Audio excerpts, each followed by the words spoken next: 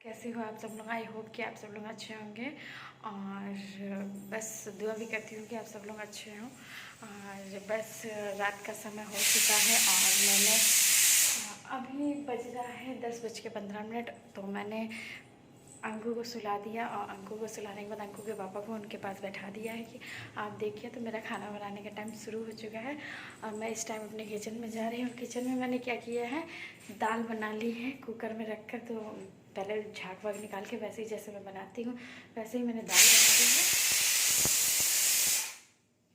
इधर आटा सान के रख लिया है, बस जा रही हूँ जल्दी जल्दी रोटियाँ बनाने। रोटियाँ बनाने के बाद आज दाल और रोटियां बनी हैं। तो रोटियां बनाने के बाद एक दो काम मुझे और हैं, मतलब अलमारी सेट करने का, तो वो भी मैं पूरा सेट कर लूँगी।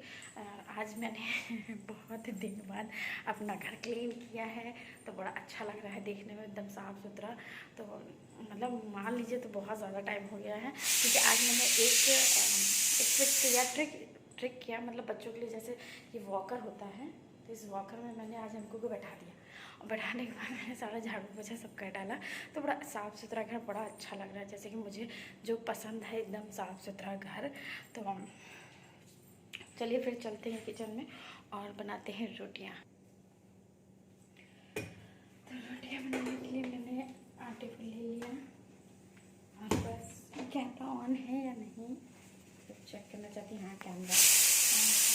क्योंकि कैमरा में थोड़ा सा दिक्कत आ रही थी तो ये सेटअप नहीं हो पा रहा है। तो बस मैं फटाफट से रोटियाँ बना लेती हूँ। रोटियाँ बहुत ज़्यादा नहीं बनानी है, सिर्फ इन्होंने 5 रोटियाँ ही बनाना, क्योंकि कह रहे हैं भूख नहीं है।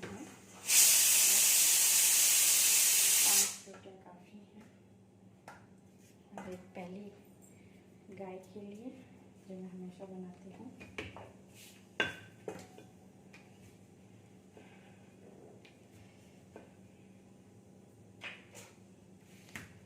तो मेरी पहली रोटी हमेशा गाय के लिए ही होती है और पता नहीं लोगों के घर में कैसे क्या होता है, मुझे तो नहीं पता। अगर सुना है कि गाय के लिए अच्छे नहीं जाते हैं। तो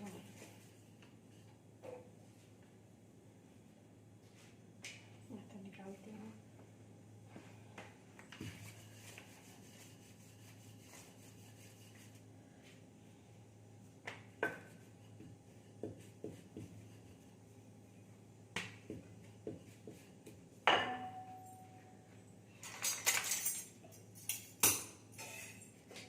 ये मेरी रही गाय की रोटी, जो ऐसे आधी कच्ची आधी पक्की होती है।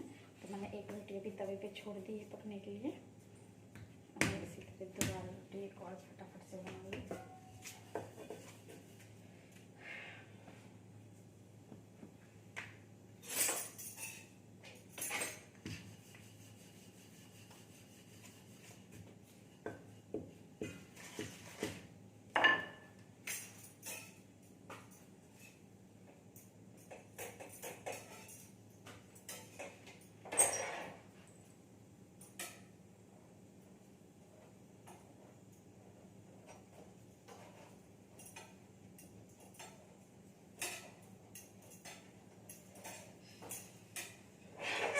ये मेरी रोटी बनके तैयार हो गई और इस रोटी को मैं जैसे कि मेरी मम्मी रखती हैं कि कटोरी में करके ऐसे रख दो तो रोटी का जो भाप है वो निकल जाता है, तो रोटी ख़राब नहीं होती है। तो मैं फटाफट एक और रोटी बना लेती हूँ।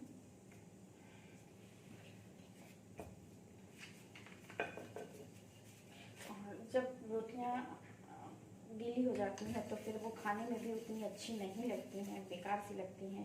और किसी के सामने रखने में भी थोड़ी सी शर्मिंदगी लगती है कि ये रोटियाँ बनी हैं। तो इस वजह से जब भी रोटियाँ बन रहा है बनाओ तो उनको अच्छे से सेको और अच्छे से रखो। तो ये दूसरी रोटी भी मेरी बन तैयार हो गई। और ये बताना चाहूँगी कि मैं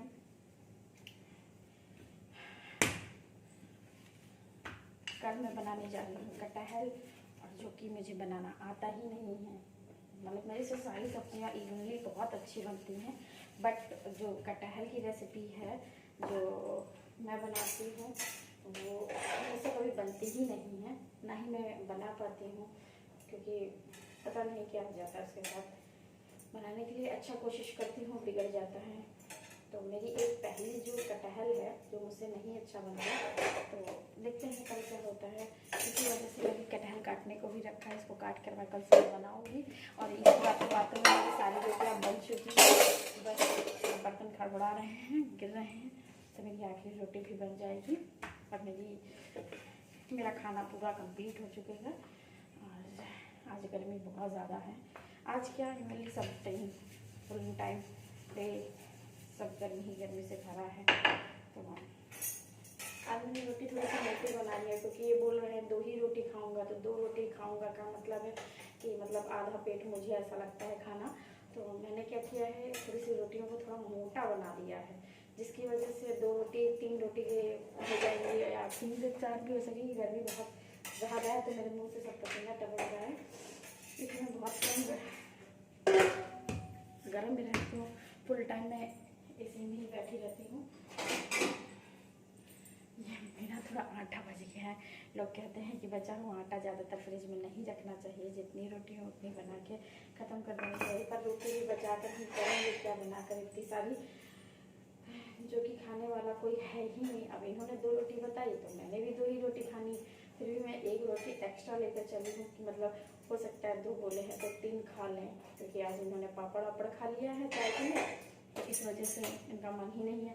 तो मेरा तो खाना बनके तैयार हो चुका है, दाल और रोटी, तो मैं पूरा सेटअप कर देती हूँ और फिर मुझे करना है चावल को फ्राई। तो मैं मिलती हूँ थोड़ी देर में। दाल हो गई है मेरी रेडी, मेरी रोटियों में घी रह गया था, अंकु जाग गई थी इसलिए मैं अंकु के पास चली गई थी।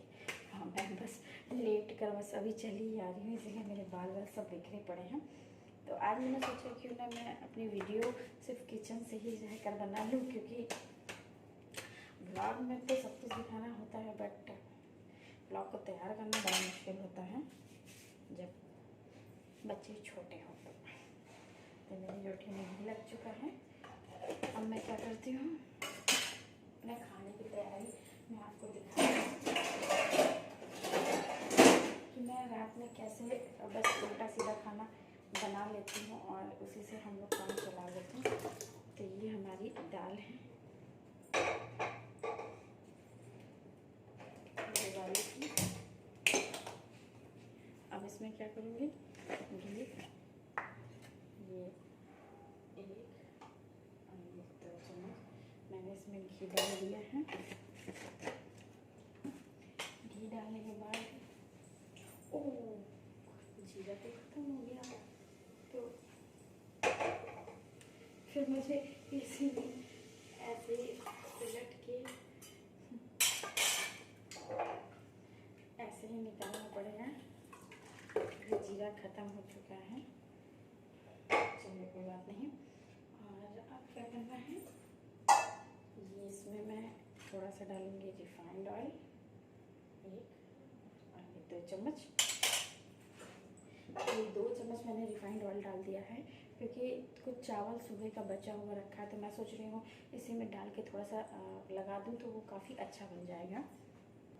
तो मैं आपको एक ट्रिक बताती हूँ, एक बासी क्या, सुबह के चावल को अगर आप बहुत ज़्यादा फ्राई नहीं करना चाहते तो उसे वैसे ही बनाना चाहते हैं जैसे नॉर्मल चावल बनके तैयार होता है, तो सबसे अच्छी बात है ये कि आपको कुकर गरम करना है, हल्का सा रिफाइंड ऑयल डालना है और बस ये जो चावल हैं तो बस चावल को इसी में ऐसे डाल देना है।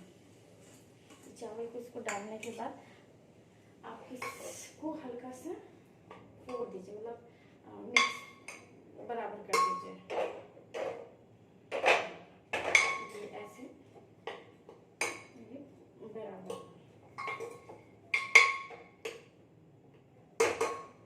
ये जब बराबर हो जाएगा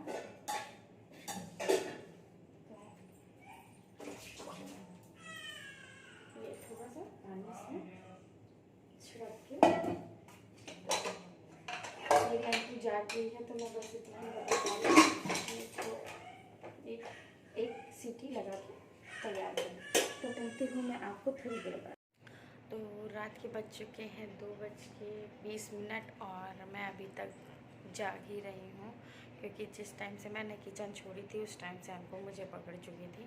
तो अंकु ने मुझे और कोई काम नहीं करने दिया, सिर्फ अपने पास ही बैठा के रखा था और बस जल्दी जल्दी मैंने खाना खा लिया, जो कुछ बनाया था, दाल और रोटी। तो मेरा खाना बस यही होता है, कभी दाल रोटी होती है तो कभी बाहर की चीज़ें होती हैं, बस क्योंकि इन्हीं चीज़ों से अब मुझे काम चलाना पड़ता है हम दोनों को। और अंकु भी और अंकु के पापा दोनों लोग सो रहे हैं।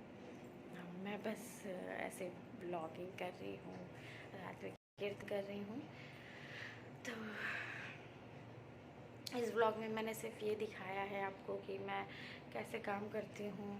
थोड़े से समय में खाना भी बनाना होता है और सफाई भी करनी होती है, तो किस तरीके से मैं छोटा मोटा काम करके मैं काम चला लेती हूँ, क्योंकि बहुत बड़ा काम नहीं कर पाती हूँ कि मन करता है ये भी खाऊँ ये भी बनाऊँ, तो वो नहीं कर पाऊँगी। बस थोड़ा सा दाल चावल या रोटी ऐसे करके बना कर ही काम चला रहे हैं इस वक्त, क्योंकि बाबू बिल्कुल भी कुछ नहीं करने देती। यहाँ तक अगर इसके पापा आ भी जाते हैं तो भी मतलब हम दोनों ही उसके फिर चाहिए, पापा भी चाहिए तो मम्मा भी चाहिए ही चाहिए।